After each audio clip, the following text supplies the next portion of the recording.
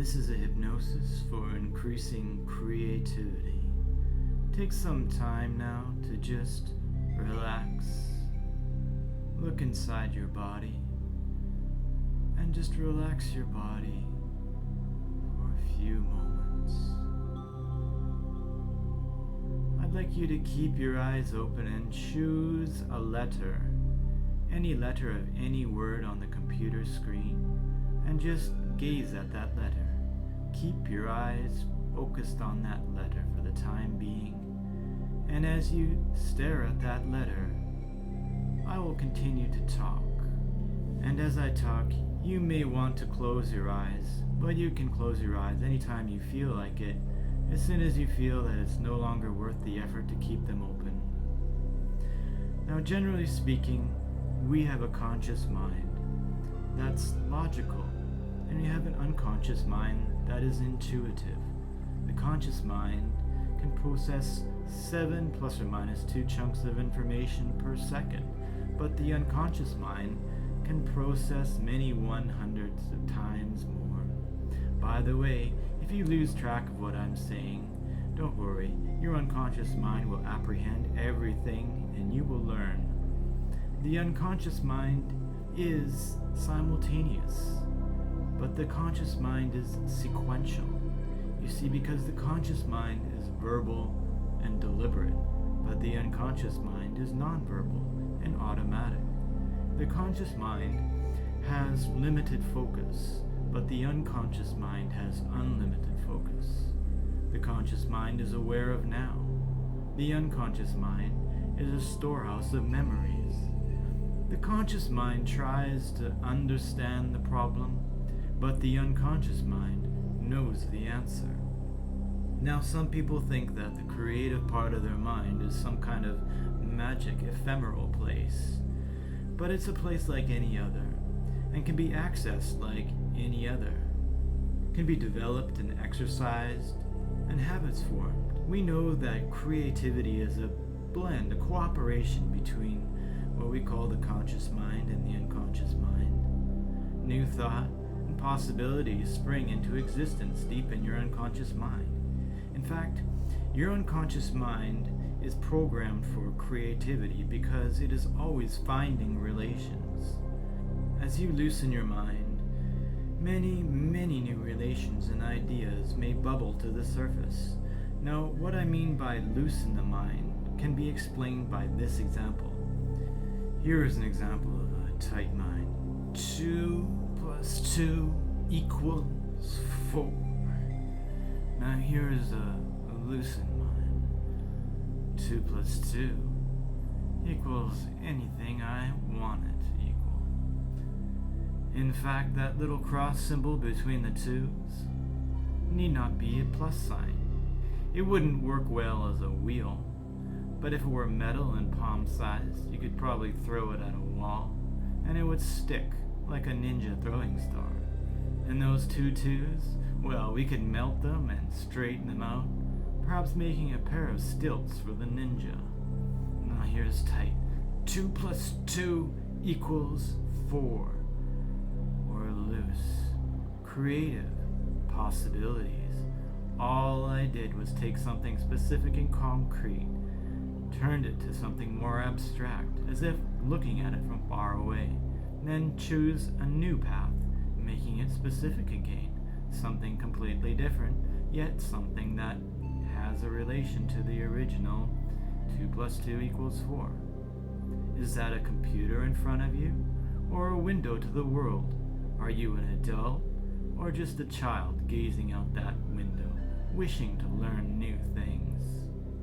We know the sky is blue, but an artist can paint it purple because he wants to add his emotions to the perception. He has loosened or made abstract what it means to see or perceive. If all this seems quite complicated, don't worry. The story I will now tell will guide your mind down the garden path, so to speak. Now, just relax. Relax now.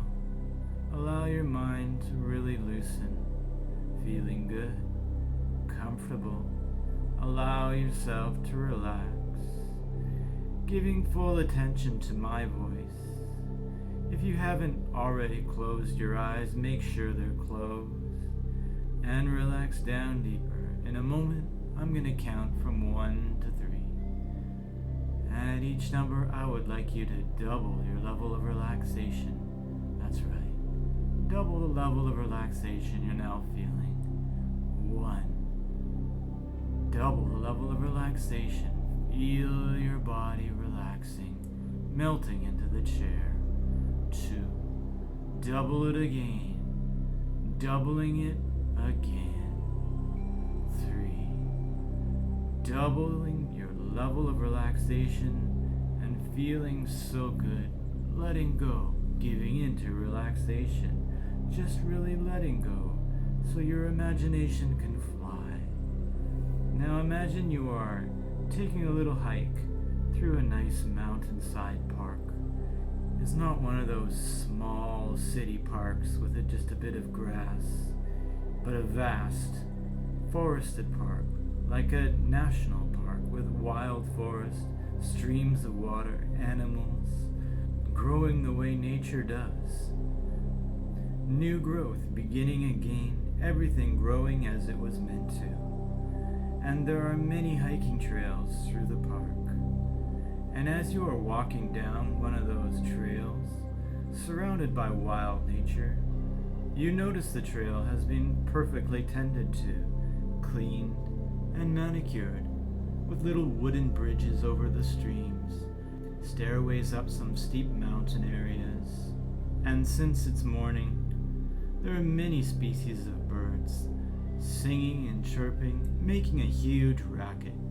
But if you notice just one type of bird call, you notice a pleasant pattern. In fact, the more you listen, the more you hear the general rise and fall of all the bird noise, as if the birds were orchestrated by the same morning conductor. If you were a musician, you could easily translate any of those bird patterns into your instrument, or you could translate all the birds into your instrument and play it into a new song, and play them in a new way, and can tell people that you met. It was the birds in the forest park that inspired me. As you keep walking down that path, you notice how this path is following some kind of pattern. Sometimes it followed the lay of the land. Sometimes it swerved to a particularly beautiful scene, and sometimes it was constrained by some technical limitation, and sometimes the path seemed to follow the whim of whoever built it. And now you climb a large flight of stairs, and more path to the top of the mountain, to a viewpoint area, a kind of pavilion. From here you see the wild, untamed growth of the forest park, the nature so huge in comparison to the narrow path cutting through. You realize the limitless choices, the limitless options the path builders had, but at the same time, the choices they made were very intuitive. There was a particular reason for every step of the way. The seeds sprouting everywhere, the untamed growth, the greenery, yet they found a way to cooperate with it and create a harmony. Now in a moment I'm going to count from 1 to 3, and at 3 just open your eyes, feeling good and fully alert. 1, 2, 3. Open your eyes, feeling good, fully alert.